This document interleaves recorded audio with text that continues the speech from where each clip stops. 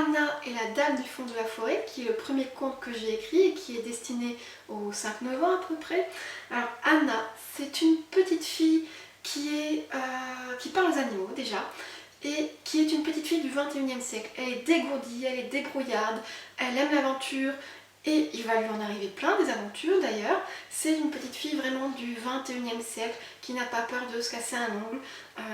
Et du coup, ça la rend vraiment adorable, vraiment charmante. Alors, Anna et la Dame du fond de la forêt, c'est le premier tome d'une série de 10 contes à peu près.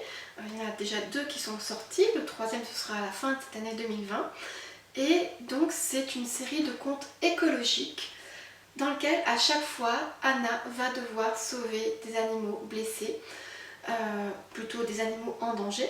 Donc dans ce premier tome, Anna et la Dame du fond de la forêt, la petite fille va devoir sauver un loup blessé dans la forêt. Et bien sûr, elle va y arriver puisque c'est pour les enfants, donc forcément ça finit bien. Il y a de magnifiques illustrations, vous voyez. Alors je ne vais pas toutes vous les montrer évidemment, mais les illustrations sont vraiment très belles. Elles ont été faites par Mia, illustratrice. Et à la fin, vous avez des coloriages. Ah oui, alors un détail sur le loup, c'est un loup qui n'est ni grand ni méchant. Donc un vrai loup, je le précise toujours à mes lecteurs, c'est un vrai loup. Puisque, comme vous le savez, les vrais loups, dans la vraie vie, ne sont ni grands ni méchants. Un peu plus grands que les chiens, mais en tout cas, ils ne sont pas méchants. Et donc à la fin, comme je disais, vous avez des coloriages. Alors voici la belle dame du fond de la forêt. Et à la fin, vous avez des coloriages. Voilà les coloriages, vous en avez 3. Et après les coloriages, vous avez des pages blanches exprès pour que l'enfant puisse dessiner ce qu'il veut. Évidemment, s'il veut dessiner là par-dessus, c'est pas grave, on dira rien. Et ces coloriages, aussi bien que les pages blanches pour dessiner, ça plaît vraiment beaucoup.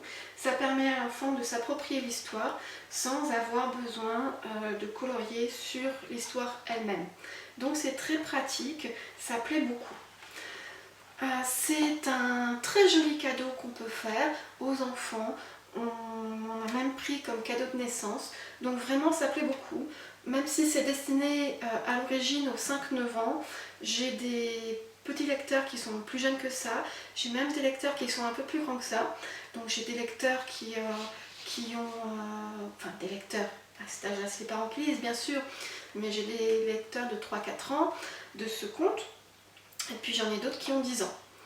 J'en ai pas beaucoup qui ont 10 ans, mais j'en ai quelques-uns quand même.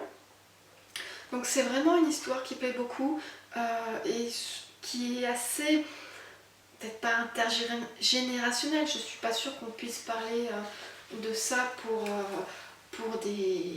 cette tranche d'âge là, mais bon, qui regroupe quand même des enfants d'une tranche d'âge assez large, puisque donc l'histoire plaît, les illustrations plaisent, les coloriages plaisent. Vous voyez, je l'ai écrit de façon assez longue, il y a le texte. C'est comme les contes d'autrefois, vous savez, La Belle au bois dormant, etc. Qu'on lit plusieurs fois, un petit peu chaque soir à l'enfant avant qu'il s'endorme. Et puis ma foi, ça plaît d'autant plus à l'enfant. C'est une bonne excuse pour l'amener au lit. Allez, viens, on va lire la suite de l'histoire. Et donc, ça plaît à tout le monde, ça plaît même aux parents. J'ai eu quelques adultes qui l'ont acheté pour eux parce qu'ils trouvaient l'histoire très jolie et les illustrations aussi. Donc vraiment, c'est un très beau conte qui peut faire un très beau cadeau aussi bien à vos enfants, petits-enfants, neveux, nièces, que pour vous, si vous avez envie. Voilà, mais je suis heureuse de vous l'avoir présenté et puis je vous dis à plus tard pour une nouvelle présentation. Au revoir.